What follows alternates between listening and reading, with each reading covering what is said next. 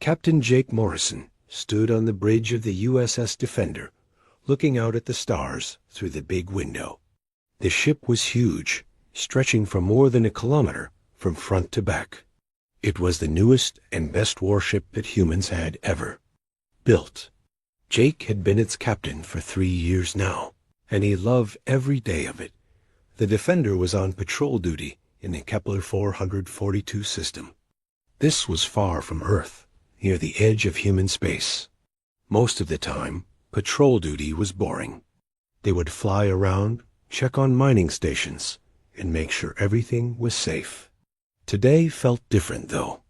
Jake could not explain why, but something in the air made him feel nervous.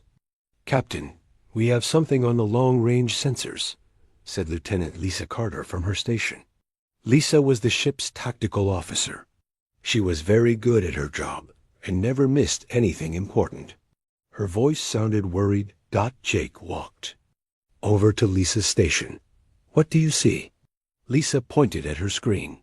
"There are ships coming toward us. Lots of ships. I count at least 200 of them." Jake looked at the screen. The dots were still very far away, but they were moving fast. "Are they human ships?" "No, sir. The engine signatures are completely different. I have never seen anything like this before." Jake felt his heart beat faster. In all his years in space, he had never seen alien ships. Most humans believed that aliens existed somewhere in the galaxy, but no one had ever met them. Now it looked like that was about to change. "How long until they get here?" Jake asked. "About 6 hours at their current speed," Lisa said. Jake nodded. "Sound yellow alert. Wake up everyone who is sleeping. I want all department heads on the bridge in 10 minutes. The yellow alert alarm started ringing throughout the ship. Jake watched as his crew began moving faster. They were well trained and knew what to do. The Defender had 800 people on board, and every one of them was the best at their job. Lieutenant Ben Torres, the communications officer, looked up from his station. "Captain, I am picking up transmissions from the unknown ships. Can you understand what they are saying?" "The computer is working on it now. It will take some time to figure out their language." Jake's senior officers began arriving on the bridge. Commander Ryan Bell, the chief engineer, came first.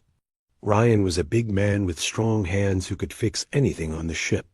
Next came Lieutenant Colonel Amy Stone, the weapons specialist. Amy was small but tough, and she knew more about weapons than anyone Jake had ever met. Dr. Kate Phillips, the chief medical officer, arrived last. She was always calm and ready to help anyone who got hurt. Jake was glad to have such good people working with him. "What is the situation?" Ryan asked. Jake pointed at the main screen, which now showed the approaching ships. "We have 200 unknown vessels heading our way. They are not human." Amy looked at the screen carefully. "Those are warships. Look at the size of them. Some of those ships are 5 times bigger than us." Dr. Phillips crossed her arms. "Are they friendly?" "We do not know yet," Jake said. "Ben, any luck with those transmissions?" Ben nodded. "The computer has figured out some of their language. It sounds like they are talking about us. They keep using words that translate to primitive and weak." Jake did not like the sound of that. "Keep working on it. I want to know everything they are saying." Lieutenant Chris Weber, the navigator, spoke up. "Captain, should we call for backup? There are 3 other human ships within 2 days' travel."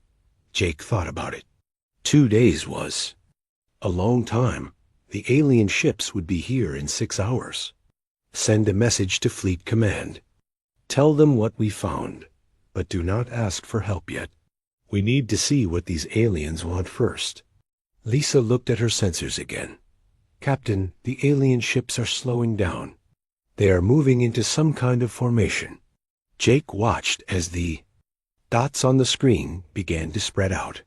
The alien ships were forming a large circle, with the biggest ships in the center and smaller ones around the edges. It looked like they were getting ready for a fight. "This does not look good," Amy said.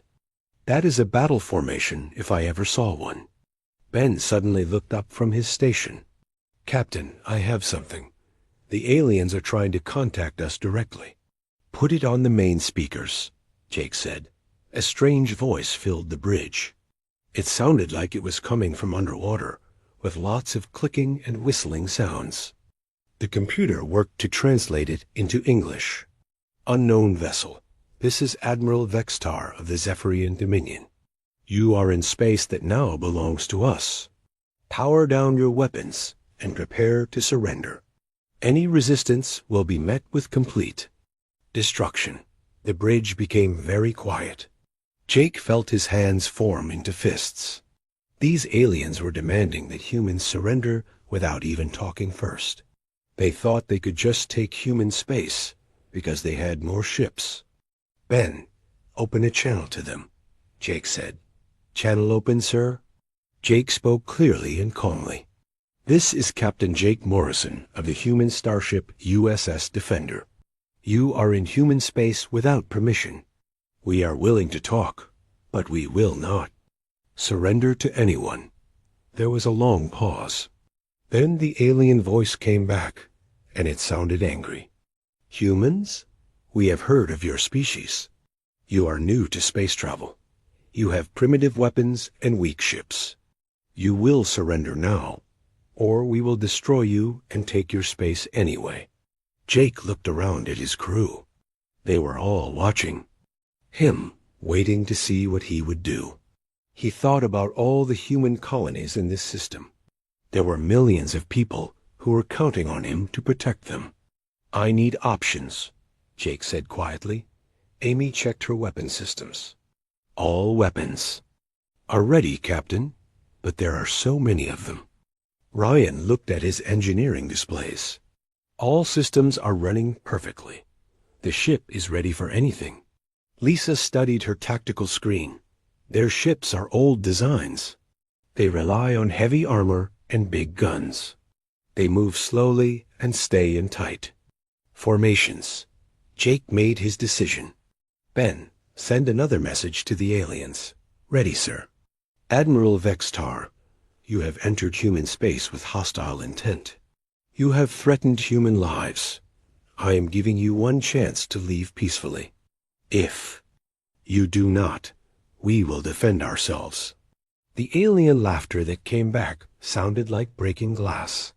"One human ship against 200 Zephyrian warships? You are either very brave or very stupid. You have 5 minutes to surrender before we destroy you." Jake looked at his crew one more time. Red alert. All hands to battle stations. This is not a drill.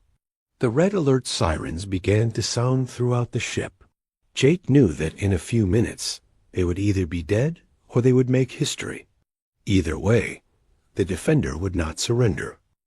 Admiral Vextar stood in the command center of his flagship, the Eternal Conquest. The ship was massive, 10 times bigger than the small human vessel that dared to challenge him. Around him, his officers worked at their stations, preparing for what would be the easiest battle of their careers. Vextar was tall and thin, with gray skin and forearms. He had been fighting wars for over 50 years. In all that time, he had never lost a battle. His fleet had conquered 17 different star systems. Every species they met had surrendered quickly when they saw the power of the Zephyrian Dominion. "Sub-Commander Kriya, show me the intelligence report on these humans," Vextar said. Kriya was smaller than the Admiral, with bright blue skin and large eyes. She was the fleet's tactical advisor and very good at studying enemy weaknesses. She touched her control panel and brought up a holographic display. "The humans are a very young species in space terms," she said. "They have only been traveling between stars for about 100 years. Their technology is basic. They use simple fusion engines and old-style energy weapons. Their ships have weak armor and poor shielding." Vextar looked at the display with satisfaction. How many ships do they have? Intelligence reports suggest they have fewer than 50 warships total. Most of their vessels are cargo ships or colony transports. They have never fought a real war in space. Another officer spoke up. Admiral, we have visual contact with the human ship. The main screen showed the USS Defender floating in space. Compared to the Zephyrian ships around it, it looked tiny and fragile. Vexstar could see weapon ports along its hull, but they looked small and weak. That is their most powerful warship? Vexstar asked. According to our intelligence, yes. It is called a battlecruiser, but it is smaller than our light cruisers. Vexstar laughed. The sound was like metal scraping against stone. They are either very brave or very stupid, perhaps both. Meanwhile, aboard the Defender, Captain Morrison was meeting with his senior staff in the battle bridge. This was a smaller command center deep inside the ship, protected by thick armor and powerful shields. If the main bridge was destroyed, they could still control the ship from here. What do we know about these Zephyrians? Jake asked. Lisa looked at her reports. From their transmissions, we can tell they are a military empire. They seem to think they are much stronger than us. They have been talking about humans, like we are children with toys. Commander Bell checked his systems. All weapon systems are charged and ready. The quantum torpedoes are loaded. Plasma cannons are at full power. Point defense systems are active. Amy looked at the tactical display. Their ships are arranged in a standard intimidation formation. Big ships in the center, smaller ones forming a perimeter. They are not even trying to hide their strategy. Are they that confident? Jake asked. It looks like it. They think we will run away when we see how many ships they have. Dr. Phillips spoke up. Captain, what if we did try to run? Could we escape? Jake thought about it. Maybe. The Defender is faster than their ships. But if we run, what happens to the colonies in this system? What happens when they decide to attack Earth? Everyone was quiet for a moment. They all knew that sometimes running away just made things worse later. Ben, are they still transmitting? Jake asked. Yes, sir. They are talking to each other now. The computer has learned more of their language. They are making jokes about how easy this will be. What kind of jokes? They are betting on how long it will take us to surrender. Most of them think we will give up before they even fire their weapons. Jake felt anger building inside him. These aliens thought humans were weak and cowardly. They had come to human. Space threatened human lives, and now they were laughing about it. Back on the Eternal Conquest, Admiral Vexstar was getting impatient. The 5 minutes he had given the humans were almost up, and they still had not surrendered. Admiral, the human ship is powering up its weapons, reported the sensor officer. Vexstar looked at the display with amusement. How adorable. They think they can fight us. He turned to his fleet commanders. All ships, move to attack formation. Charge all weapons. We will show these humans what real power looks like. The Zephyrian fleet began to move. 200 warships, spread out in a perfect attack formation. The massive dreadnoughts moved to the front, their huge guns pointing at the Defender. Smaller ships moved to surround the human vessel, cutting off any escape routes. Admiral, all ships report ready for battle, Kriya said. Excellent. Open a channel to the human ship. The transmission went out across space. On the Defender's bridge, Ben received the message. Captain, the Admiral is trying to contact us again. Put him through. Vexstar's voice filled the bridge, cold and threatening. Human Captain, your time is up. You have seen our fleet. You know you cannot win. This is your last chance to surrender before we destroy you. Jake looked around at his crew. They were all watching him, waiting for his decision. He thought about his wife back on Earth, about the families of his crew members, about all the people counting on them to keep them safe. Ben, open a channel. Channel. Open, sir. Jake spoke clearly and firmly. Admiral Vextar, we have seen your fleet. We are not impressed. Human space is not for sale, and human lives are not for taking. If you want to fight, you will get one. There was a long pause. Then Vextar's laughter filled the bridge. 1 ship against 200. You are either the bravest fool in the galaxy, or the most stupid. Very well. You have chosen death over surrender. Do not blame us for what happens next. The transmission ended. Jake turned to his crew. All stations battle ready. Lisa, give me a full tactical analysis of their formation. Lisa worked quickly at her station. They are using a classic overwhelming force strategy. They plan to hit us with everything at once, hoping to destroy us before we can fight back. What are our advantages? We are faster and more maneuverable. Our weapons have longer range than theirs. And Captain, there is something else. Their formation is too tight. If we can cause some confusion, they might end up shooting each other. Jake nodded. Amy, what is the status of our weapons? All systems are ready. Quantum torpedoes are armed and targeted. Plasma cannons are charged to full power. Point defense grid is active. Ryan, how are the engines and shields? Running at 100% efficiency. The new shield generators are performing perfectly. Jake looked at the main screen. The alien fleet was almost in position.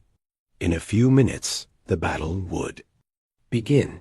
He thought about how confident the aliens were, how sure they were the humans would be easy to defeat. Ben, record a message for Fleet Command, Jake said. Ready, sir. This is Captain Morrison of the USS Defender. We are about to engage a hostile alien fleet of 200 ships. If we do not survive this battle, tell Earth that we did not surrender. Tell them that humans do not bow to anyone. Jake paused, then continued.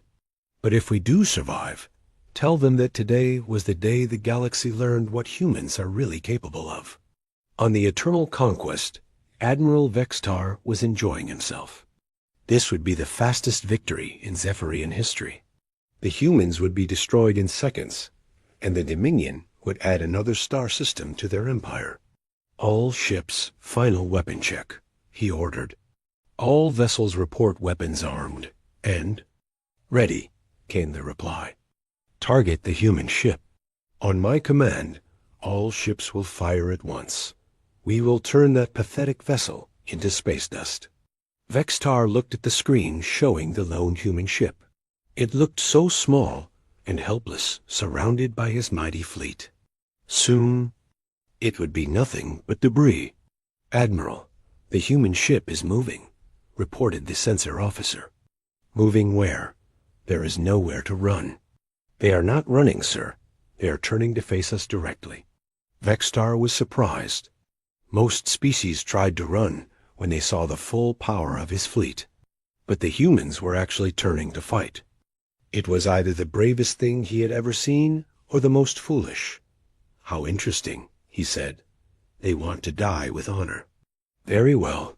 All ships open fire. Captain Jake Morrison stood calmly on the battle bridge as the alien fleet moved into attack position. Around him, his crew worked with quiet efficiency. There was no panic, no shouting, no confusion. They were professionals who had trained for this moment their entire careers. Lisa, I need a complete analysis of their fleet composition, Jake said. Lisa's fingers moved quickly over her console.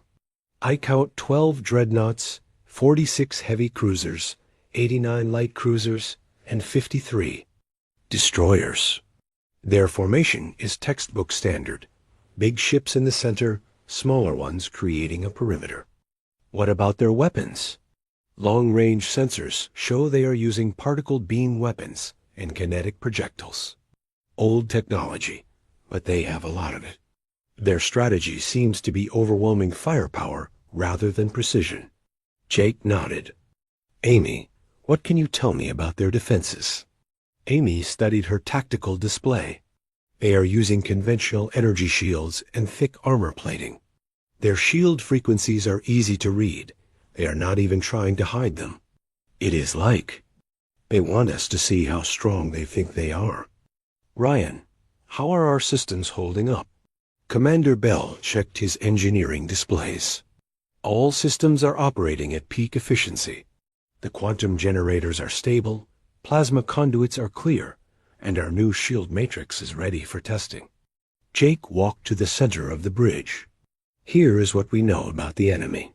They have more ships than us, but they are using old tactics and older technology. They think we are weak because we only have one ship. They are about to learn that. Sometimes one ship is all you need. Dr. Phillips looked worried.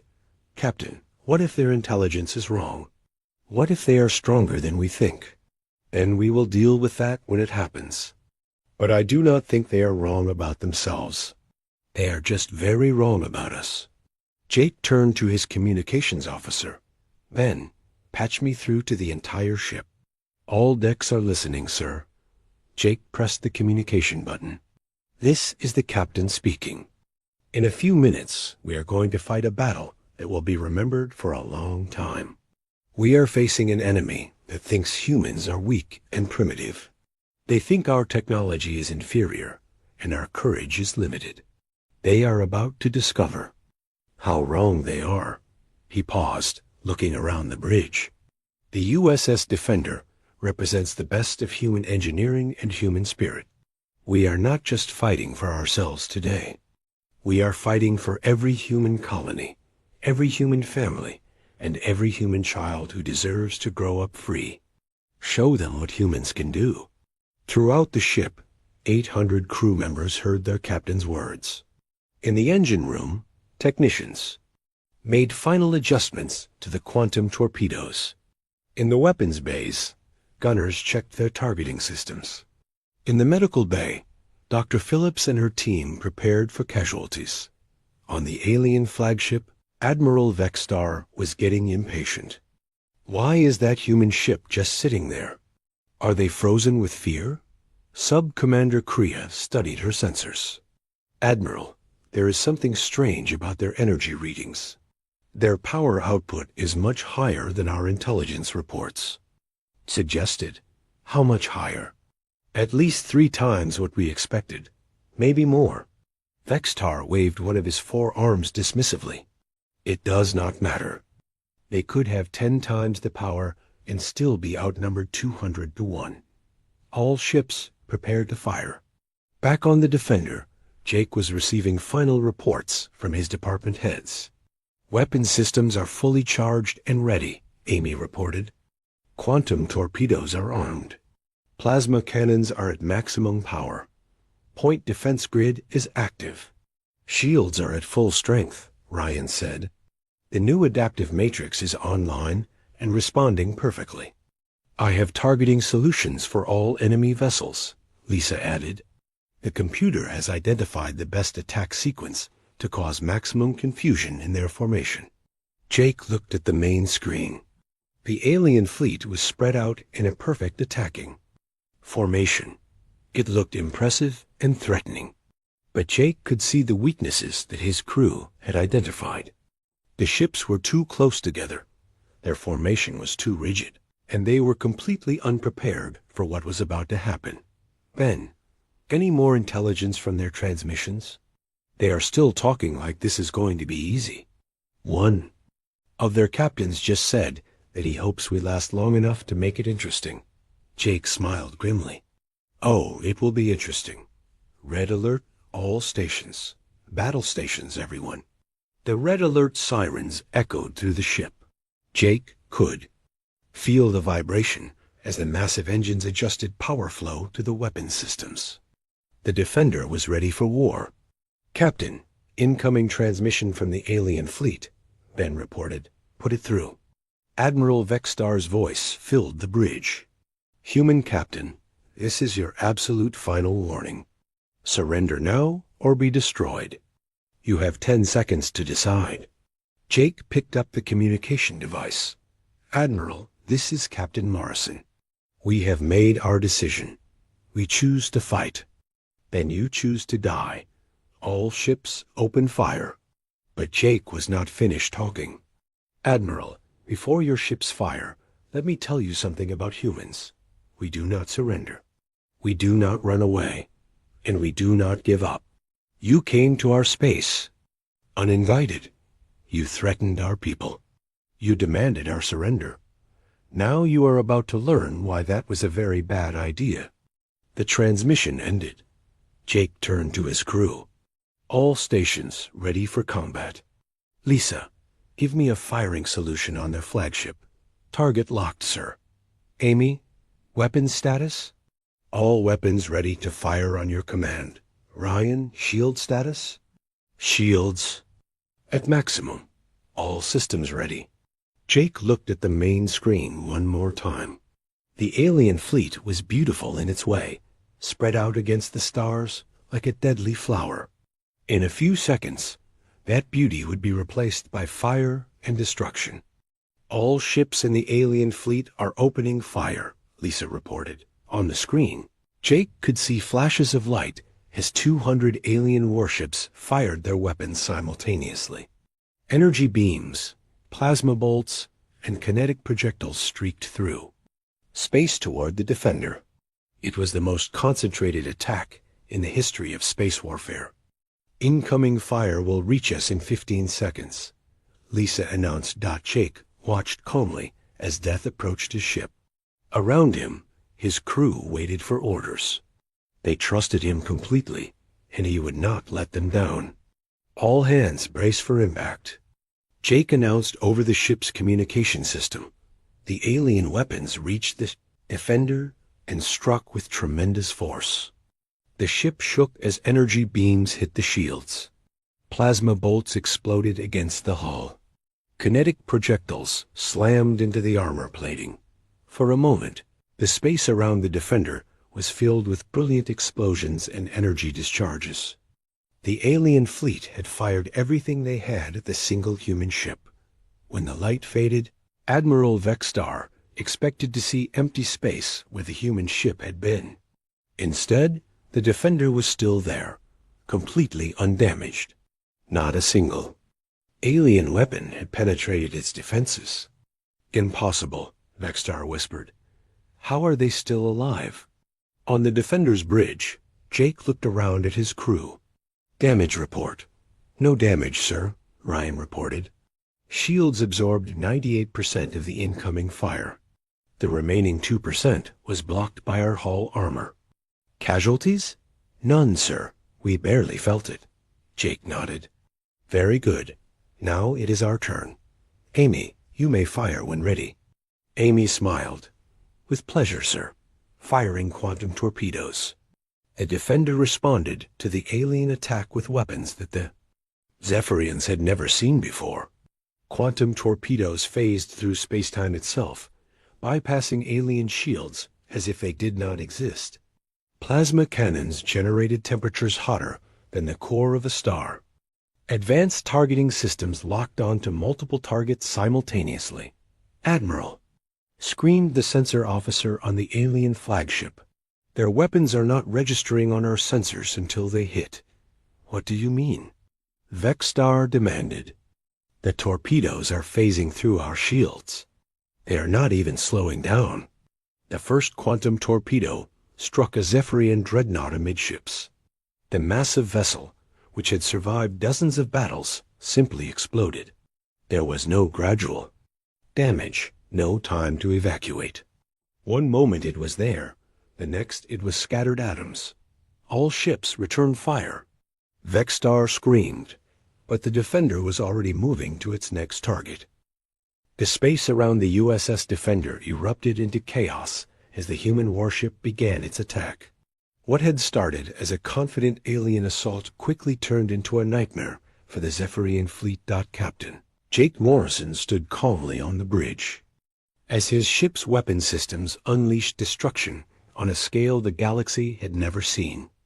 The Defender moved with grace and precision, its advanced engines allowing it to dance between enemy ships while its weapons found target after target. Target the heavy cruiser on our starboard side, Jake commanded. Target acquired, Amy replied, her fingers flying over the weapon's controls. Firing plasma cannon. A beam of superheated plasma, hotter than the surface of the star, lanced out from the Defender. It struck the Zephyrian cruiser's hull and cut through it like a knife through paper. The alien ship broke apart in a brilliant explosion that lit up the darkness of space. Admiral Vexstar watched in horror from his flagship as his fleet was systematically destroyed. In the first 30 seconds of the battle, the humans had already destroyed 12 of his ships. His own weapons seemed completely useless against the human vessel. How is this possible? He demanded from his bridge crew. Our intelligence said they were primitive. Sub-Commander Kriya was frantically checking her tactical displays. Admiral, their weapons are unlike anything we have ever encountered. Our shields cannot stop them. Our armor cannot protect us. Then use more firepower. All ships concentrate fire on the human vessel. But the Defender was not standing still. The ship moved with incredible speed, accelerating and turning in ways that should have been impossible for something so large. The human vessel seemed to anticipate where the alien weapons would be, and simply was not there when they arrived. Lisa, give me our current status, Jake said. We have destroyed 15 enemy ships so far. No damage to us. Their return fire is completely ineffective against our shields. How many targets remaining? 185 ships still active, sir. Jake nodded. Continue the attack. Focus on the larger vessels first. The Defender's quantum torpedoes continued their deadly work. These weapons used technology that the Zephyrians could not understand. The torpedoes existed in a state of quantum superposition, allowing them to pass through shields and armor as if they were not there. When they reached their targets, they collapsed back into normal spacetime, releasing massive amounts of energy directly inside enemy ships. A Zephyrian Dreadnought, one of the largest ships in their fleet, was the next target. The massive vessel was over 2 kilometers long and carried enough firepower to destroy a small planet. It had thick armor plating and powerful shields that had protected it through dozens of battles. None of that mattered when 3 quantum torpedoes materialized inside its hull. The Dreadnought exploded in a fireball that was visible from thousands of kilometers away. Debris from the massive ship scattered in all directions, damaging several smaller vessels nearby. Admiral, we have lost the crushing victory, reported one of Vexstar's officers. I can see that, the Admiral snapped. What about the Deathbringer? Also destroyed, sir. The humans are targeting our largest ships first. Vexstar felt something he had never experienced before in battle: fear. His mighty fleet, which had conquered star systems and terrified entire species, was being destroyed by a single enemy ship. Worse, his own weapons seemed to have no effect at all. All small ships. Attack pattern Delta. Surround the human vessel. Force them to fight on multiple fronts.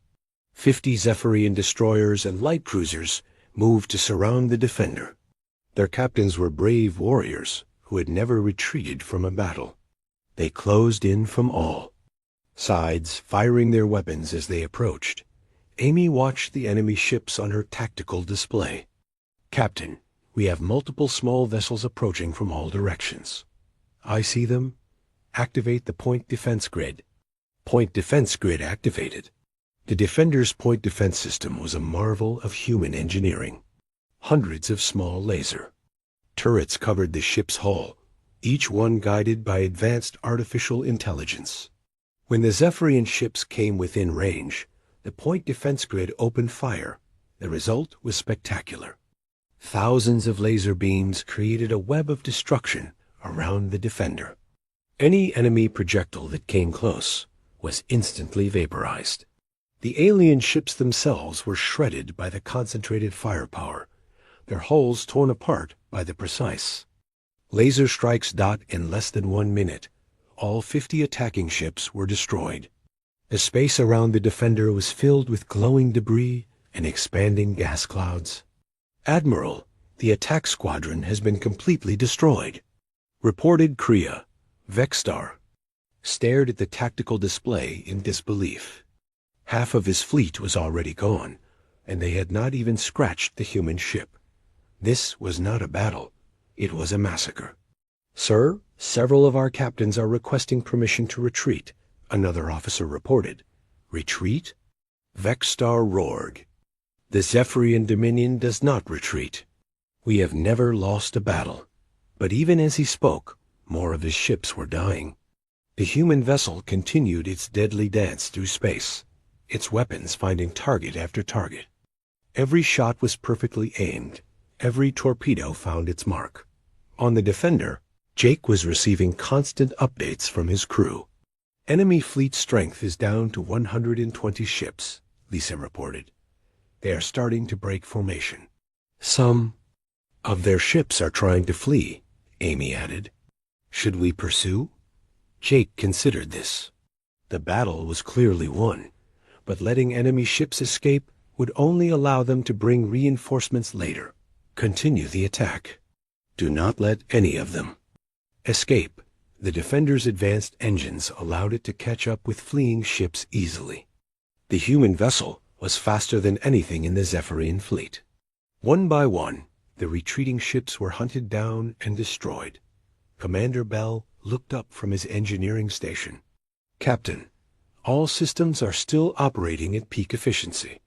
We are using less than 60% of our total power output." "Excellent. How are the weapon systems holding up?"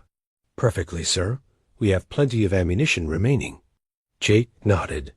The Defender had been designed to fight entire fleets single-handedly. The human engineers who built it had planned for exactly this type of scenario. "Admiral," Vexstar watched his fleet disappear ship by ship. The humans were not just defeating them, they were annihilating them. In all his years of warfare, he had never seen anything like it. "Admiral, we have lost 70% of our fleet," Kriya reported. "Our remaining ships are scattered and disorganized. How many ships do we have left?" 63 vessels still combat capable.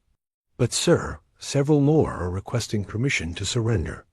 Vexstar felt his world falling apart.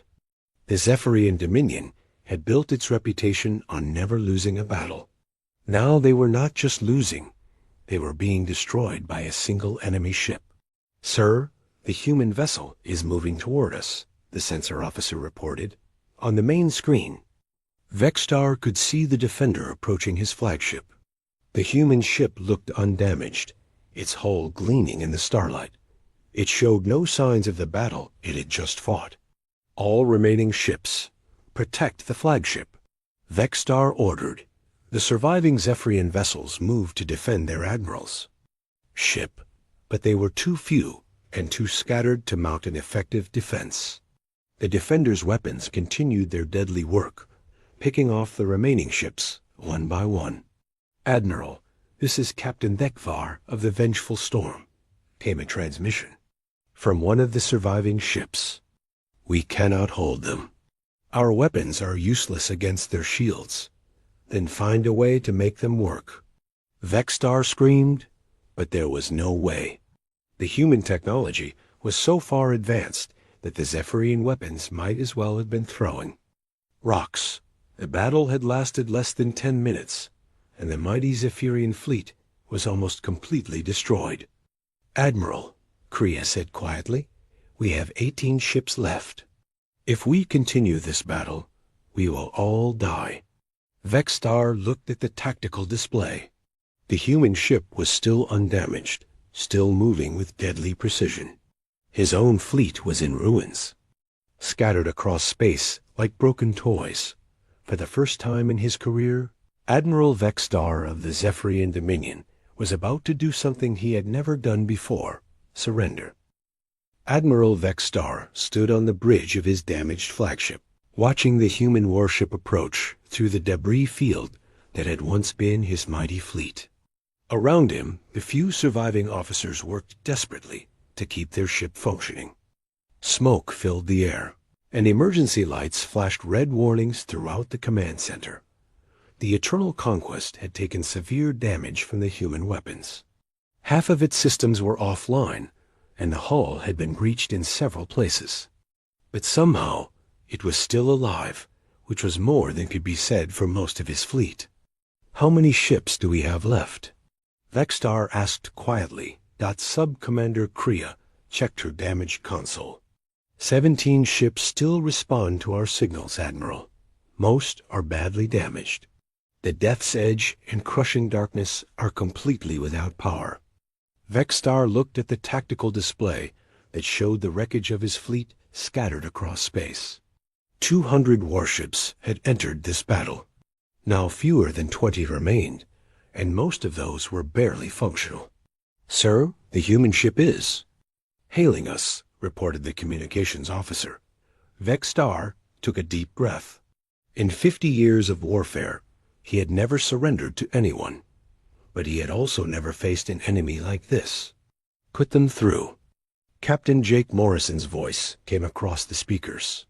It was calm and professional, without any trace of anger or hatred. "Admiral Vexstar, this is Captain Morrison. Do you wish to continue this battle?" Vexstar looked around his bridge at his wounded officers and damaged equipment. He thought about the thousands of Zephyrian warriors who had died in the last 10 minutes. He thought about the families who would never see their loved ones again. "Captain Morrison," Vexstar said slowly, "the Zephyrian Dominion ... surrenders."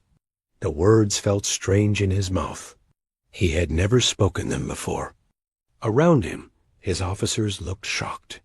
The mighty Zephyrian fleet had surrendered to a single human ship. "Surrender accepted," Morrison replied. "Order your remaining ships to power down their weapons and maintain their current positions." "All ships power down weapon systems," Vexstar commanded. "Do not attempt to flee. We are ... defeated." On the Defender, Captain Morrison looked around his bridge. His crew had just won the most one-sided battle in galactic history, and they had done it without taking a single casualty. "Damage report," Jake said. "No damage to report, sir," Commander Bell replied. "All systems are functioning normally. We used only about 40% of our total ammunition. Casualties?" "None, sir. Not even any injuries." Jake nodded. "Ben, send a message to Fleet Command. Tell them we have made contact with a hostile alien species and successfully defended human space." "Message sent, sir." Dr. Phillips spoke up from her station. "Captain, what do we do with the survivors?" Jake thought about this. "We give them medical aid if they need it. Then we send them home with a message." "What kind of message?" "That humanity is not as weak as they thought." Admiral Vexstar was helped to the medical bay of his ship, where doctors treated his injuries from the battle. As he lay on the medical table, he thought about what had just happened. His intelligence had been completely wrong about human capabilities. The humans did not have primitive technology. They had weapons that could phase through shields and armor. They had ships that could move faster than anything he had ever seen. They had defensive systems that made his most powerful weapons useless. But more than that, they had something else. The human captain had shown mercy. Morrison could have destroyed every Zephyrian ship, but he had accepted their surrender instead. He could have captured them all as prisoners, but he was allowing them to go home. Kriya entered the medical bay. "Admiral, the human captain is requesting a private communication with you. Put him through." Jake Morrison's face appeared on a small screen next to the medical table. He looked tired but satisfied. "Admiral, how are your injuries?" "I will survive." Vexstar replied, "Captain, I must ask you something. Why did you let us surrender? You could have destroyed us all." Jake was quiet for a moment, because that is not who humans are. We fight when we have to, but we do not kill unnecessarily. You came to our space with hostile intentions, but now you know better. Your weapons ... your technology. Our intelligence was completely wrong. Your intelligence was based on old information. Humans advance quickly. We learn from every encounter, and we always try to be better than we were yesterday. Beckstar nodded slowly. What happens now? Now you go home. You tell your leaders what happened here. You tell them that human space is protected, and any future attacks will be met with the same response. And if we return with a larger fleet? Jake smiled grimly. Admiral, what you fought today was one ship. We have others, and each new ship we build is better than the last. I would not recommend testing us again. The communication ended, leaving Beckstar alone with his thoughts. The Zephyrian Dominion had built its power on the fear of other species. Now they would return home as the species that had been defeated by humans. 3 days later, the surviving Zephyrian ships limped back to their home system. News of their defeat spread quickly through the Dominion. The species that had never lost a battle had been crushed by a single enemy vessel. The story spread beyond Zephyrian space. Other alien civilizations heard about the humans who had destroyed a fleet of 200 ships without taking any damage. Some species became curious about these powerful newcomers. Others became afraid. On Earth, Fleet Command received Captain Morrison's full report. The politicians and military leaders read it with amazement. One human ship had defeated an entire alien fleet, establishing humanity as a major power in the galaxy. Orders went out to accelerate the construction of new warships. If there were other hostile species like the Zephyrians, humanity needed to be ready for them. But there were also orders to begin diplomatic outreach. Not all alien species would be hostile.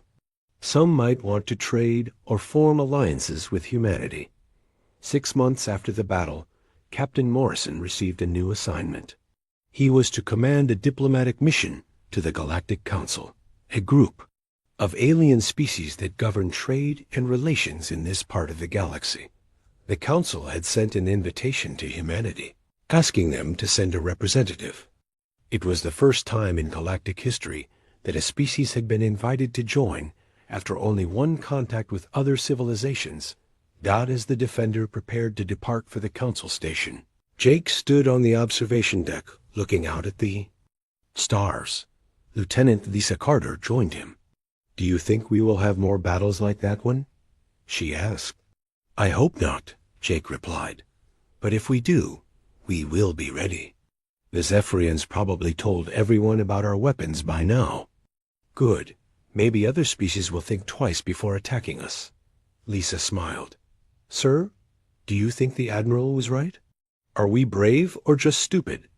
Jake thought about the question. "Maybe we are both, but that is what makes us human." In the weeks that followed, more alien species made contact with humanity. Some came seeking trade agreements. Others wanted military alliances. A few came simply out of curiosity about the species that had defeated the Zephyrian Dominion. The galaxy had changed. For thousands of years, power had belonged to species like the Zephyrians, who used fear and military might to control others. Now there was a new power, one that fought only when necessary, but fought with devastating effectiveness. The age of human expansion had begun. And across the galaxy, alien civilizations were learning that it was better to be friends with humanity than enemies.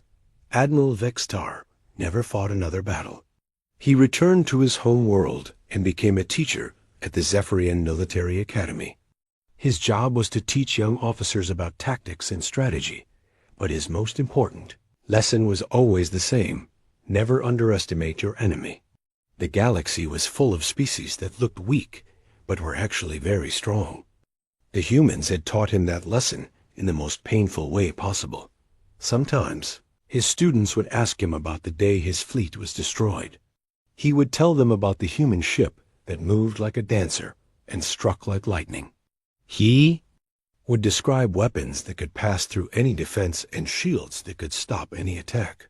But most importantly, he would tell them about Captain Morrison, the human who could have destroyed them all, but chose mercy instead. That, he would say, was what made humans truly dangerous. They were not just powerful, they were honorable, and in a galaxy where honor was rare, that made them the most formidable species of all. The great ships of the Corvan Empire moved through space like metal gods. Each one was the size of a small city, painted in dark purple and gold. Their weapons could turn entire planets into dust. For 3,000 years, these ships had ruled the galaxy. Every species that met them either bowed down or died. Emperor Zethrak sat on his crystal throne, looking at the star maps floating before him. His empire stretched across 50,000 worlds. Billions of creatures served him. Some served willingly. Others had no choice. The emperor liked it that way. "My lord," said General Vorthik, his 4 arms folded behind his back, "the Zelani colonies have been secured. The mining operation will begin tomorrow." Zethrak nodded. The Zelani were a peaceful people. They lived on 3 small worlds rich in rare metals. They had tried to surrender when the Imperial fleet arrived. It made no difference. The Empire took what it wanted. Good. What about the human situation? Still no response to our demands, Emperor. They seem to think they can ignore us. Zethrak laughed. It was a cold sound that echoed through the throne room. Humans, such a young species. They only learned to travel between stars 50 years ago. They think they can stand against us. Far away, on the neutral world of Nexus Prime, Jake Morrison watched the news reports with growing anger. The human diplomat had been stationed there for 2 years. He was supposed to keep peace between different species, but there was no peace when the Empire was involved. The images on the screen showed Corvan soldiers forcing Zelani families into transport ships. The peaceful miners were being taken to work camps.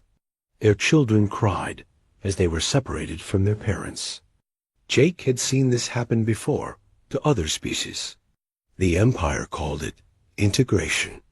Everyone else called it slavery. Jake turned off the screen and walked to his communication device. The message he sent was short but clear. They hit the Zelani colonies, just like we predicted. The Empire is moving faster than expected. On Earth, President Lisa Carter read Jake's message in the White House Situation Room. She was a small woman with gray hair and tired eyes. But those eyes held a strength that had carried her through 5 years of preparing for this moment. "How long do we have?" she asked. Fleet Admiral Ben Rodriguez looked up from his tablet. He was a tall man with dark skin and hands that never stopped moving. "Based on their previous patterns, they'll send us an ultimatum within the week. Then we'll have maybe 30 days. 30 days to surrender or die," said Chief of Naval Operations Katie Walsh. She was younger than the others, but her voice carried the weight of command. "Same offer they gave the Zelani." Lisa nodded. "And the fleet?" "Ready," Ben said. "Alex Turner reports all systems are operational. The asteroid belt installations are fully armed. The Kuiper Belt bases are online. We have ships positioned in 17 different locations. They still think we only have 50 vessels," Katie added. "Our intelligence suggests they're planning to send a standard conquest fleet. Nothing special." Lisa allowed herself a small smile. Good. Let them think that. The days passed quickly. As predicted, the Empire sent their ultimatum. Ambassador. Derek Stone delivered it personally, appearing on every screen across Earth. He was a tall, thin creature with blue skin and 6 eyes. His voice was smooth but held no warmth. "People of Earth," he said, "the great Corvan Empire offers you a choice.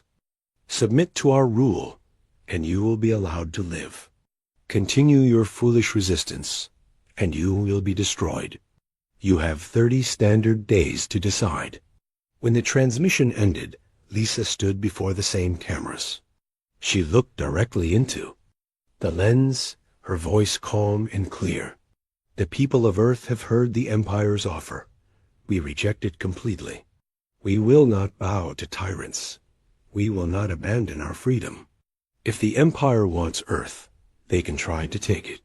Across the galaxy, species that had been conquered long ago watched the human response with amazement. No one had ever refused the Empire so directly. Most thought the humans were brave fools who would be dead within a month. Emperor Zethrak was not amused. "Prepare the Fifth Fleet," he ordered. 200 ships should be enough to handle these primitives. Admiral Kreshtar, commander of the Fifth Fleet, bowed deeply. "It will be done, my Emperor." "Should we take prisoners?" "A few," Zethrak replied. "The rest can serve as an example to other species who might think about resisting us." The Fifth Fleet began its journey to Earth. 200 massive warships, each one carrying enough firepower to level a continent. They moved slowly, taking their time. There was no hurry. The humans had nowhere to run dot but in the asteroid belt. Hidden among the rocks and metal debris, other ships waited. They were sleek and black, invisible to most sensors. Their crews watched the Empire's approach with calm eyes and steady hands. On Lunabase, Commander Alex Turner made final checks on systems that had been years in the making. "All stations report ready," he said into his communicator. "The trap is set." Captain Maria Gonzalez sat in her command chair aboard the UESS Defiance. The ship was unlike anything the Empire had ever seen. Its hull was made from materials that could bend light around them. Its weapons used principles that most species hadn't discovered yet. "How long until they arrive?" she asked. 72 hours, came the reply. Maria nodded and looked out at the stars. Soon, the Empire would learn that humans were not the weak primitives they thought. Soon, everything would change. The Empire's ships continued their journey, confident in their power. They had no idea that they were flying into the most carefully planned trap in galactic history. They had no idea that humanity had been preparing for this moment since the day they first learned about the Empire's existence. They had no idea that Earth's fleet was already waiting. The Fifth Imperial Fleet moved through space like a storm of metal and fire. Admiral Kreshtar stood on the bridge of his flagship, the Dominion's Wrath. The massive ship was 3 kilometers long and bristled with weapons. Behind it, 100, and 99 other vessels followed in perfect formation. Kreshtar was proud of his fleet. It had conquered 47 worlds in the past decade. Today, it would conquer its 48th. The Admiral looked at the intelligence reports about Earth one more time. The humans had perhaps 50 ships, all of them primitive and outdated. This would be easy. "How long until we reach their system?" he asked his second-in-command. 18 hours, Admiral. "Should we prepare the surrender broadcast?" Kreshtar waved a clawed hand. "Not yet. Let them see our ships first. Fear makes conquest easier." Far ahead of the Imperial fleet, Captain Nicole Davis watched from the bridge of the P. U.E.'s shadow. Her ship was completely invisible to the Empire's sensors. She had been tracking their movement for 3 days, sending regular reports back to Earth. "They're still coming straight at us," she told her crew. "No change in formation. No sign they suspect anything." Her communications officer looked up from his station.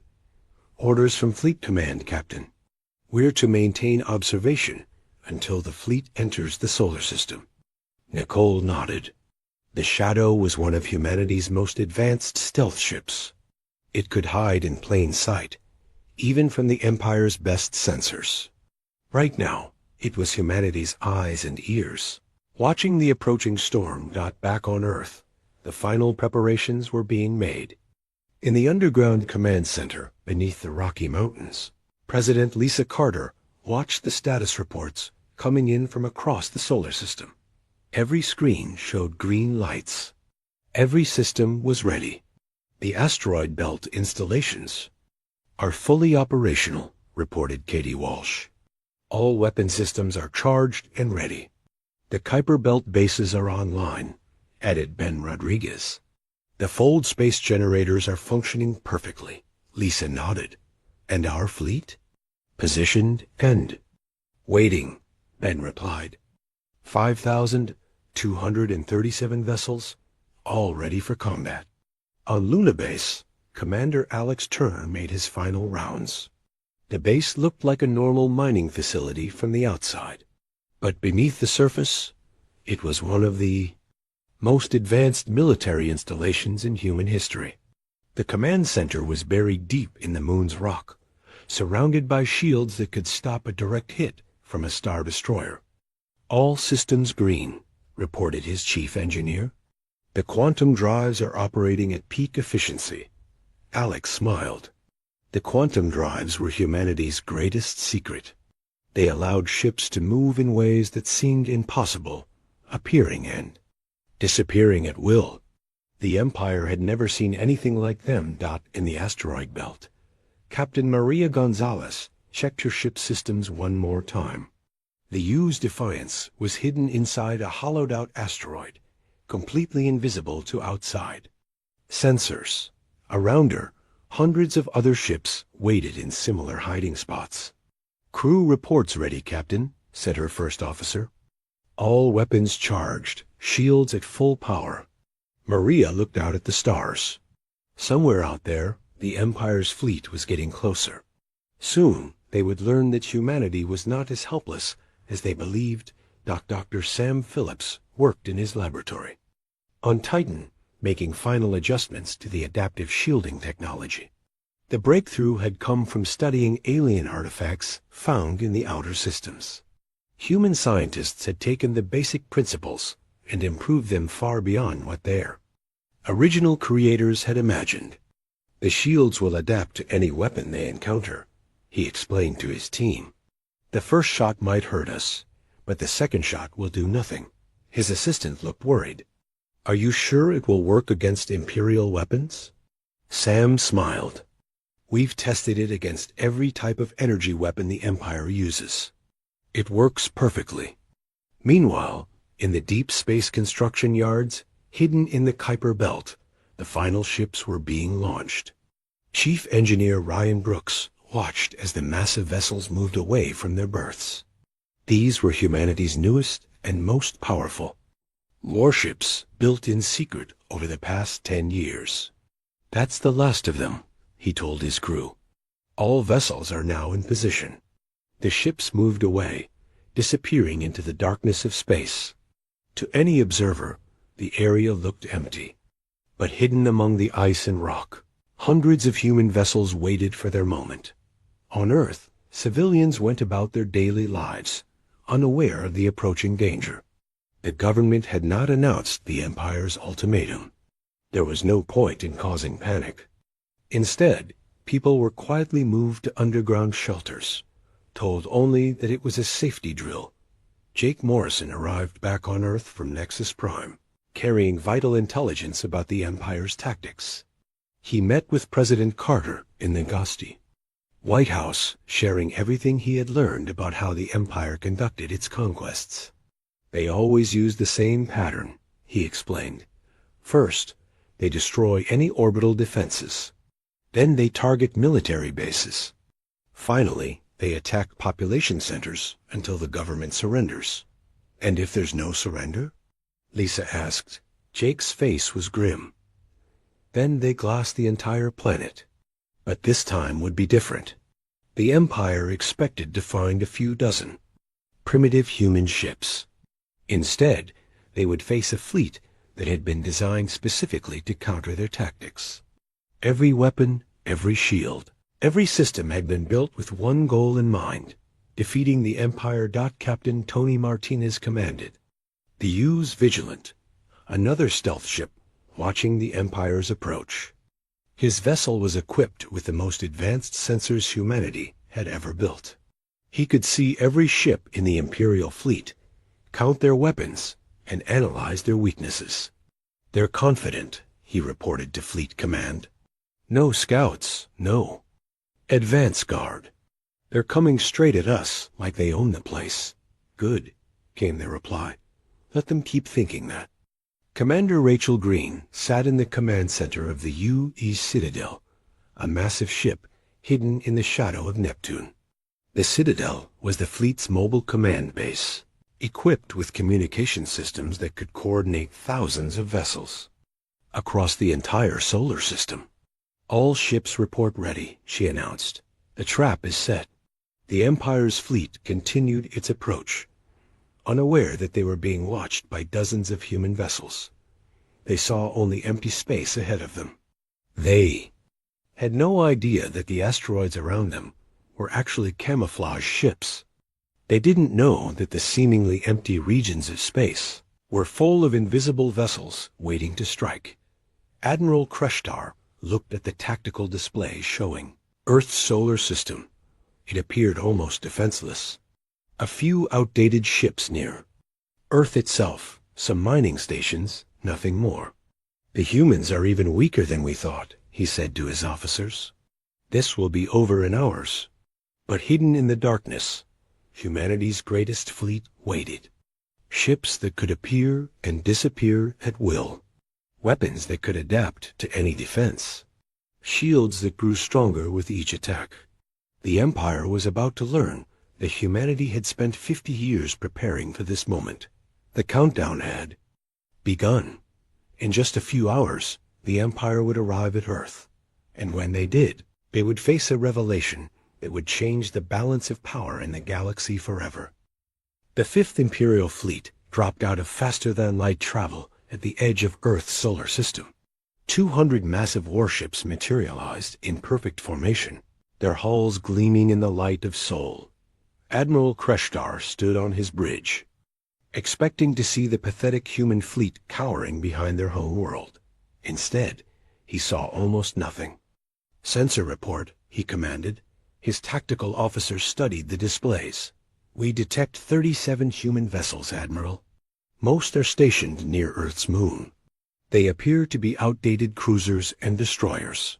Kreshtar laughed. 37. Ships? Our intelligence said 50. Are they hiding the rest? No, sir. Our sensors would detect any significant fleet within this system. This appears to be their entire military force. The Admiral shook his head in disbelief. They refused our ultimatum with only 37 ships?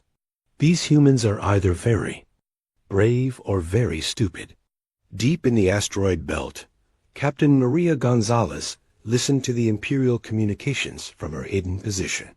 The U's Defiance was tucked inside a hollowed-out asteroid, completely invisible to the Empire's sensors. Around her, hundreds of other human ships waited in similar hiding spots. They're taking the bait, she whispered to her crew. They think we only have 37 ships. Her tactical officer smiled. Should we tell them about the other 5,000? Not yet, Maria replied. Let them get comfortable first. Admiral Kreshtar opened a communication channel to Earth. The transmission was sent on all frequencies, ensuring that every human on the planet would hear it. People of Earth, his voice boomed. I am Admiral Kreshtar of the Fifth Imperial Fleet. Your time is up. Surrender now, and we will allow your leaders to live. Continue your resistance, and we will destroy every ship, every station, and every city on your world. The response came from President Lisa Carter herself. Her image appeared on the Admiral's main screen, showing a small woman with gray hair and determined eyes. Admiral Kreshtar, she said calmly, the people of Earth have already given you our answer. We will not surrender. We will not bow to tyrants. If you want our world, you'll have to take it. Kreshtar's face twisted in anger. Very well. You have chosen death. Do not blame us for what happens next. He cut the transmission and turned to his weapons officer. Target the moon installations first. Destroy their shipyards and mining facilities. Let them watch their infrastructure burn. Yes, Admiral. Targeting solutions locked. The Imperial fleet moved into attack formation. The massive ships spread out across space, their weapons charging with deadly energy. Each vessel carried enough firepower to level a continent. Together, they could turn Earth's moon into floating debris. But they were not alone in the system. Captain Tony Martinez watched from the U's Vigilant, his stealth ship hidden among the outer planets. He had been tracking the Imperial fleet's movements, recording their formations and weapon signatures. Every piece of data was being transmitted back to Fleet Command. "They're positioning themselves exactly where we predicted," he reported, moving into standard bombardment formation. "Copy that, Vigilant," came the reply from Commander Rachel Green aboard the U's Citadel. "All ships maintain position. Do not engage until the signal is given." The Imperial fleet began their attack. Massive energy beams lanced out from there, weapons striking the lunar surface with devastating force. Mining facilities exploded in brilliant flashes. Shipyards that had taken years to build were vaporized in seconds. But something was wrong. "Admiral," reported the tactical officer, "we're not detecting any human casualties. The facilities appear to have been evacuated." Kreshtar frowned. "Evacuated? When?" "Unknown, sir. But our sensors show no life signs in any of the installations we've destroyed." The Admiral studied the tactical display. The humans had abandoned their facilities before the attack began. That meant they had known exactly when the Imperial fleet would arrive. "Sir," called the communications officer, "we're receiving a transmission from Earth." President Carter's image appeared on the screen again. She was sitting in what appeared to be an underground bunker, surrounded by military officers. "Admiral," she said, "thank you for the demonstration. Your weapons are impressive. But you're attacking empty buildings. Did you really think we would leave our people in harm's way?" Kreshtar's eyes narrowed. "Clever. But it changes nothing. We will simply target your population centers next." "I don't think so," Carter replied. "You see, Admiral, you've just made a mistake. You've revealed your weapon signatures, your targeting systems, and your tactical formations. Our sensors have recorded everything." The Admiral felt a chill run down his spine.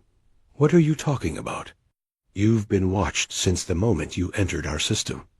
We know exactly what you're capable of. And now we're going to show you what we're capable of." Carter's image disappeared from the screen. "Admiral," the tactical officer's voice was urgent, "I'm detecting massive energy signatures throughout the system. But I can't pinpoint their source." "What do you mean you can't pinpoint them?" "The energy readings are everywhere, sir. It's like the entire system is charging up for something." Captain Steve Adams sat in the command chair of the UES Retribution, one of humanity's most powerful battleships. The massive vessel was hidden in the shadow of Jupiter, its stealth systems making it invisible to Imperial sensors. Around him, his crew made final preparations for battle. "All systems green, Captain," reported his first officer. "Weapons charged, shields at maximum." Steve nodded. "Good, it's almost time." Dr. Sam Phillips monitored the fleet's adaptive shielding from his control center on Titan. The technology was humanity's greatest defensive breakthrough. Each ship's shields would automatically adjust to counter any weapon fired at them. "All vessels report shield systems operational," he announced. "The fleet is ready." On Luna Base, Commander Alex Turner watched the Imperial fleet's movements from his hidden command center. The base looked like it had been destroyed, but that was just camouflage. The real installations were deep underground, protected by layers of armor and energy shields. "They're spreading out," he reported. "Perfect. They're positioning themselves exactly where we want them." The Imperial fleet continued their bombardment, destroying empty facilities and abandoned outposts. They were following their standard conquest pattern, systematically eliminating what they believed to be Earth's defenses. But every shot they fired was being analyzed. Every energy beam was being studied. Every weapon system was being cataloged. The humans were learning everything they needed to know about Imperial military technology. "Admiral," the sensor officer called out, "I'm detecting some kind of quantum disturbance in the asteroid belt." Kreshtar looked at the display. "What kind of disturbance?" "Unknown, sir. It's unlike anything in our databases." The Admiral felt increasingly uneasy. Something was wrong with this conquest. The humans were too calm, too prepared. They acted like they knew something he didn't. "Sir," another officer reported, "we're detecting similar disturbances near the outer planets. And in the Kuiper Belt, the energy signatures are getting stronger." Kreshtar stared at the tactical display. The energy readings were appearing all over the solar system, but his sensors couldn't identify their source. It was as if the entire system was waking up, preparing for something. "What are they hiding?" He muttered. Captain Nicole Davis piloted the UES Shadow closer to the Imperial fleet, her stealth ship invisible to their sensors. She was now close enough to see the massive warships with her own eyes. They were impressive vessels, but she had seen humanity's newest ships. The comparison was not favorable to the Empire. "Fleet Command," she transmitted. "The Imperial fleet is fully committed. They're spread out across a wide area, focusing on what they think are our primary targets." "Copy that, Shadow," came the reply. "Maintain observation. The show is about to begin." Admiral Kreshtar made a decision. Target their population centers. If they want to play games, we'll show them the consequences. But before his weapons officer could comply, something impossible happened. The empty space around the Imperial fleet began to shimmer. Points of light appeared where nothing had been before. The lights grew brighter and larger, resolving into shapes that made no sense. Ships. Thousands of ships. Peering out of nowhere like ghosts becoming solid. "What ... Kreshtar began, but his voice trailed off as more and more human vessels materialized around his fleet. The trap was about to be sprung. The moment President Carter gave the signal, the solar system exploded into activity. What Admiral Kreshtar thought was empty space suddenly filled with human warships. They appeared everywhere at once, as if the darkness itself was giving birth to a fleet. The asteroid belt revealed massive installations that had been hidden for decades. The Kuiper Belt came alive with the glow of charging weapons. "Impossible," Kreshtar whispered, staring at his sensors.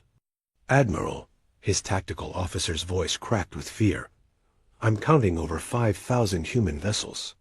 They're surrounding us." The Admiral's confidence crumbled as he watched the display. Where moments before his fleet had faced 37 outdated ships, now they were surrounded by a force that outnumbered them, 25-1. Captain Steve Adams appeared on the Imperial flagship's main screen. The human commander sat calmly in his chair, wearing the dark blue uniform of Earth's fleet.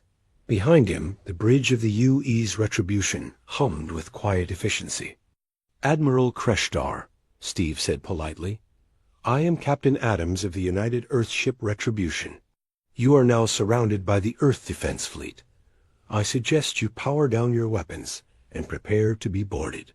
Kreshtar found his voice. "This is impossible. Our intelligence said you had 50 ships at most." Steve smiled. "Your intelligence was designed to see exactly what we wanted it to see. Did you really think we would show you our true strength?"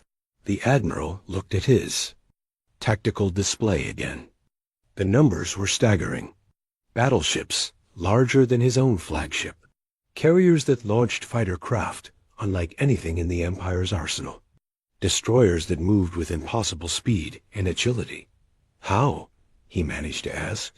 "We've been preparing for this moment since the day we learned about your empire," Steve replied. "Every species you conquered taught us something new. Every world you destroyed showed us what we were fighting against. We've had 50 years to get ready.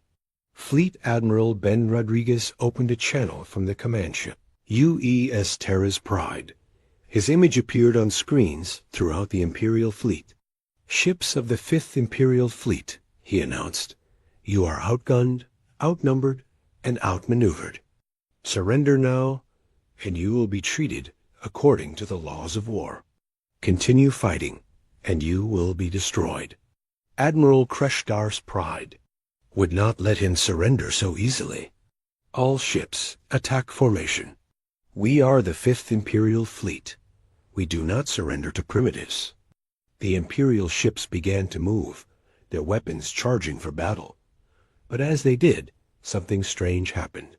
The human ships around them began to flicker, appearing and disappearing like ghosts. Captain Maria Gonzalez activated the UES Defiance's quantum drive.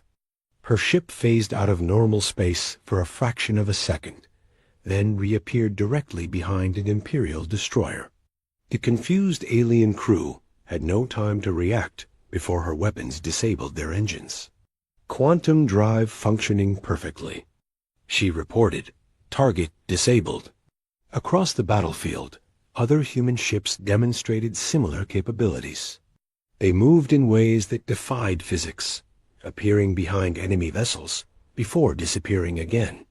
The Imperial fleet's formation fell apart as ships tried to track targets that seemed to exist in multiple places at once. Dr. Sam Phillips watched from his control center as the adaptive shielding systems activated.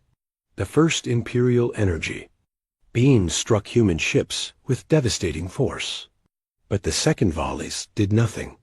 The shields had analyzed the Imperial weapons and adapted to counter them perfectly. "Shields are holding," he announced. "Adaptation successful across all vessels." Captain Lisa Murphy commanded one of the stealth frigates that had been invisible throughout the entire battle. Her ship, the U-East Phantom, could hide even while firing its weapons.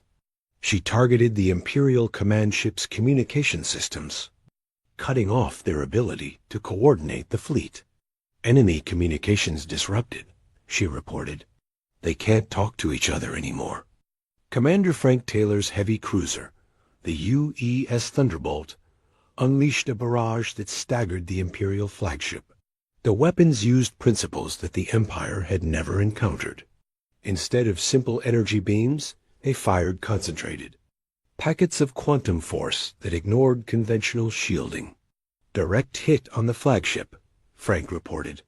"Their main shields are down." Admiral Kreshdar felt his mighty vessel shudder under the impact.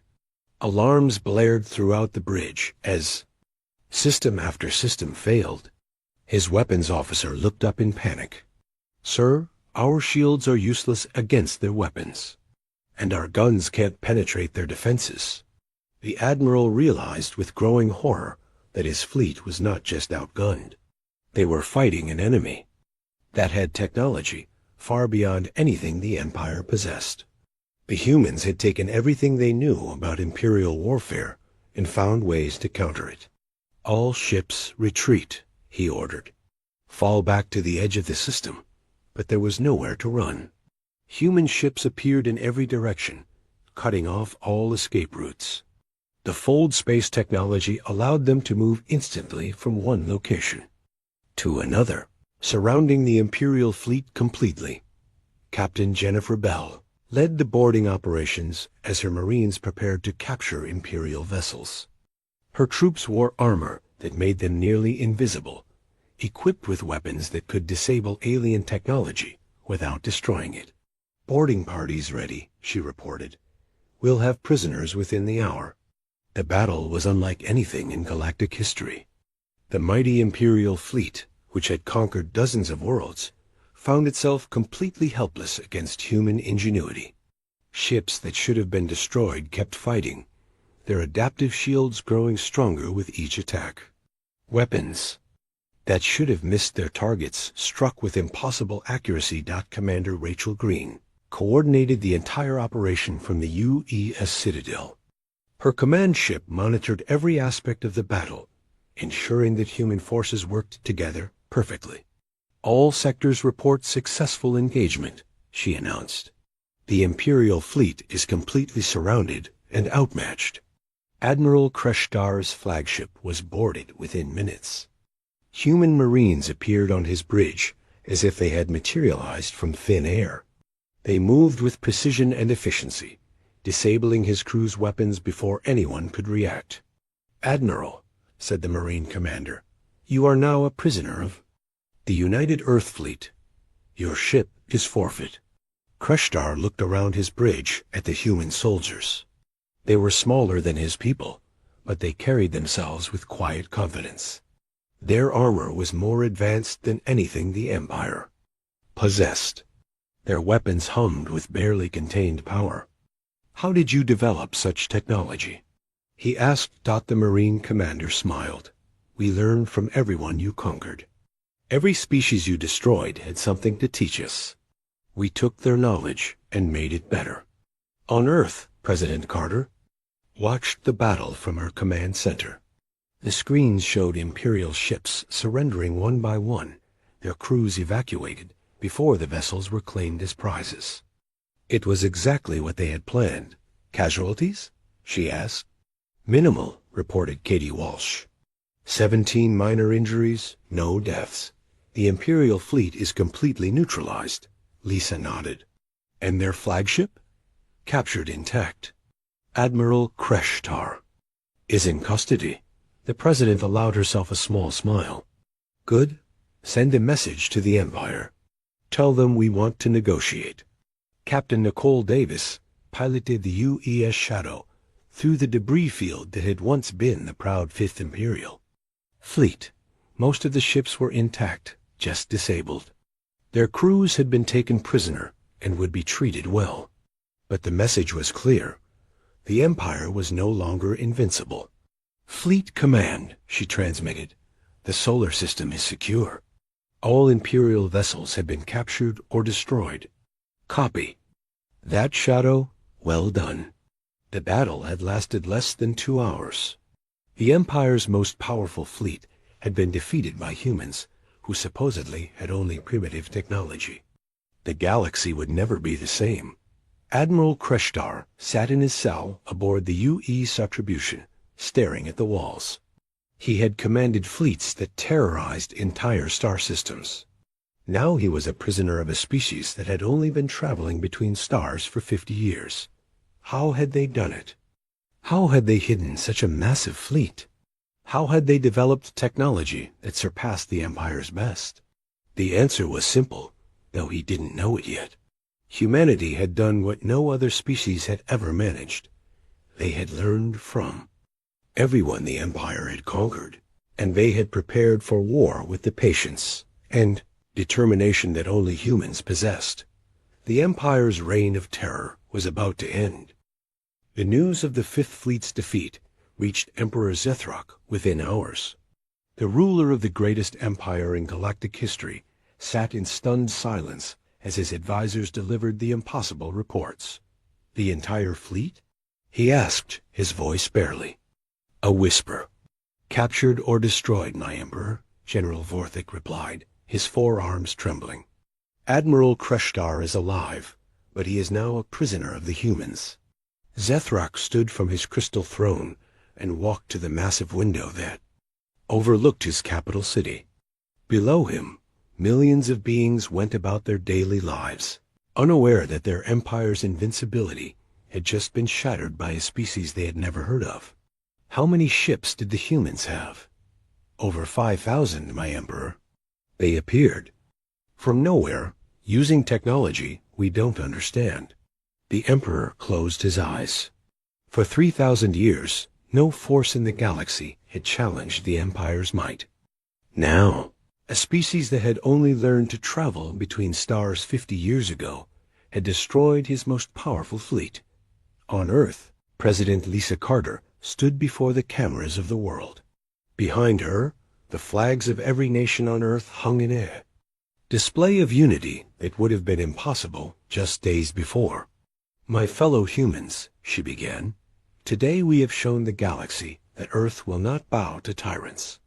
The Empire came to conquer us, but they found instead that we were ready for them. Their fleet has been defeated, their survivors are our prisoners, and their threat to our world has ended. The reaction was immediate.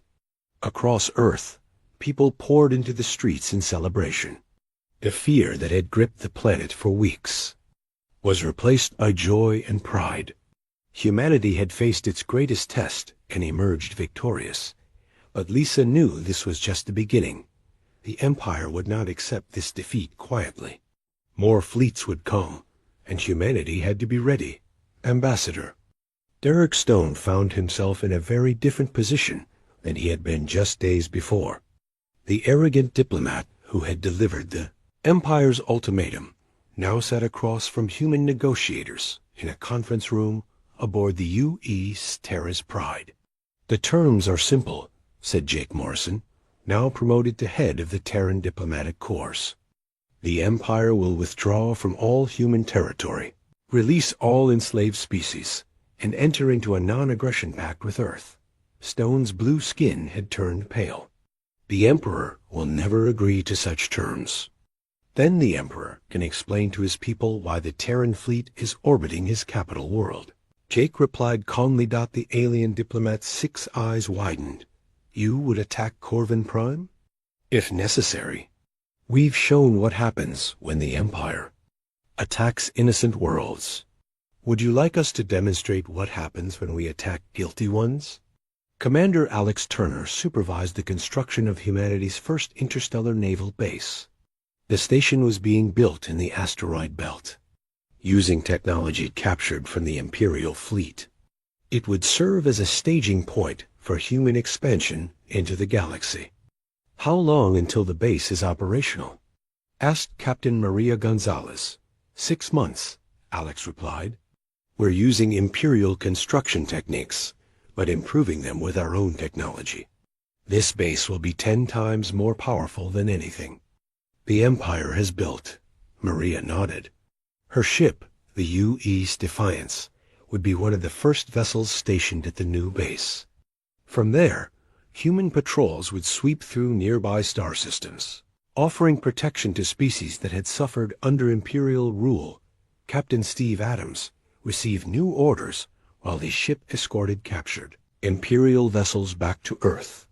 U.E.S. Retribution would lead the first deep space patrol, venturing beyond the solar system to make contact with other species. "Our mission is simple," he told his crew. "We're going to visit every world the Empire has conquered and tell them they're free." The reaction was enthusiastic. Steve's crew had seen the reports from the Zelani colonies, where Imperial forces had enslaved peaceful miners. Now they would have the chance to right those wrongs. Dr. Sam Phillips continued his work on improving human technology. The captured Imperial ships provided a treasure trove of information about alien science. But instead of simply copying their designs, human engineers were finding ways to make them better. "Their weapons are powerful," he explained to his research team, "but they're also crude. They rely on brute force instead of precision. We can build weapons that are smaller, more efficient, and much more effective." His adaptive shielding technology was already being improved. The next generation would be able to counter weapons that hadn't even been invented yet. On the Imperial capital of Corvin Prime, Emperor Zethrak faced a crisis unlike any in his empire's history. The defeat of the Fifth Fleet had sent shockwaves through his military. Species that had been conquered long ago were beginning to rebel, inspired by humanity's example. "The Zelani have declared independence," reported General Vorthik. "The Antari are refusing to pay tribute. 3 other systems have stopped responding to our communications." Zethrak's anger burned cold. "Send the Third Fleet to crush these rebellions." "My Emperor," Vorthik said carefully, "the Third Fleet is refusing to leave port. The admirals are demanding to know how humans destroyed the Fifth Fleet before they risked their own ships." For the first time in his reign, Zethrak felt fear. His empire was built on the belief that Imperial might was unstoppable. Now that belief was cracking, and everything was falling apart. Captain Jennifer Bell commanded the U.S. Liberation as it approached the Zelani colonies. Her ship was part of a humanitarian fleet sent to free the enslaved miners and their families. The operation was carefully planned to avoid civilian casualties while removing Imperial forces. Zelani Control, this is Captain Bell of the United Earthship Liberation. We're here to help. The response came quickly, filled with hope and disbelief. Earthship, this is Zelani Colony Prime. Are you really here to free us? Yes, Jennifer replied. The Imperial garrison will be removed. Your people will be free. The mission proceeded flawlessly. Imperial troops, already demoralized by news of the Fifth Fleet's defeat, surrendered without a fight. Within hours, the Zelani people were free for the first time in decades. Similar operations took place across dozens of star systems. Human ships appeared wherever the Empire had left garrisons, offering freedom to enslaved species and protection from Imperial retaliation. Commander Rachel Green established the new Terran Command Center on a massive space station hidden in the outer solar system. From here, she coordinated human operations across an ever-expanding area of space. Status report, she requested. 17 star systems have been liberated, her operations officer replied. 43 species have requested Earth's protection. The Imperial Navy is in full retreat, Rachel smiled. And our fleet strength? Growing daily. The shipyards are working around the clock. We'll have 8,000 vessels operational within a year. Back on Corvin Prime, Ambassador Stone delivered the human ultimatum to Emperor Zethrak in person. The once proud diplomat looked defeated as he read the terms aloud. The Empire must release all enslaved species immediately. All Imperial forces must withdraw to their original territories. The Empire must pay reparations to every species it has conquered. And the Empire must submit to regular inspections by Terran observers. Zethrak's hands shook with rage. These terms are impossible. The Empire will never submit to such humiliation. Stone looked up from the document. Then the Empire will face the consequences. The humans have demonstrated their capabilities. Do you wish to test them further? The Emperor thought of his defeated fleet, his rebellious subjects, and his demoralized military. For 3,000 years, the Empire had ruled through fear. Now that fear was gone, replaced by something far more dangerous. Hope. Jake Morrison met with representatives from dozens of species in the First Galactic Liberation Conference. The meeting took place on Nexus Prime, the same neutral world where he had witnessed Imperial brutality years before. The age of empires is ending, he told the assembled delegates. No longer will any species have to bow to tyrants. Earth offers protection to all who seek freedom. The response was overwhelming. Species that had been conquered centuries ago saw their chance for independence. Worlds that had lived in fear of Imperial fleets now had a powerful protector. Captain Nicole Davis led a patrol of stealth ships deep into Imperial space. Their mission was reconnaissance, mapping Imperial defenses and gathering intelligence. What they found surprised everyone. Command, she transmitted. The Imperial fleet is falling apart. We're seeing mass desertions, rebellions on military bases, and entire squadrons refusing orders. The Empire's military was collapsing from within. Soldiers who had once believed in Imperial superiority now questioned everything they had been taught. President Carter addressed the United Nations in a historic session broadcast to the entire galaxy. Leaders from Earth's nations sat alongside representatives from newly liberated alien worlds. Today, she announced, we established the Galactic Alliance for Freedom. This alliance will protect the innocent, defend the weak, and ensure that no species ever again suffers under tyranny. The applause was thunderous.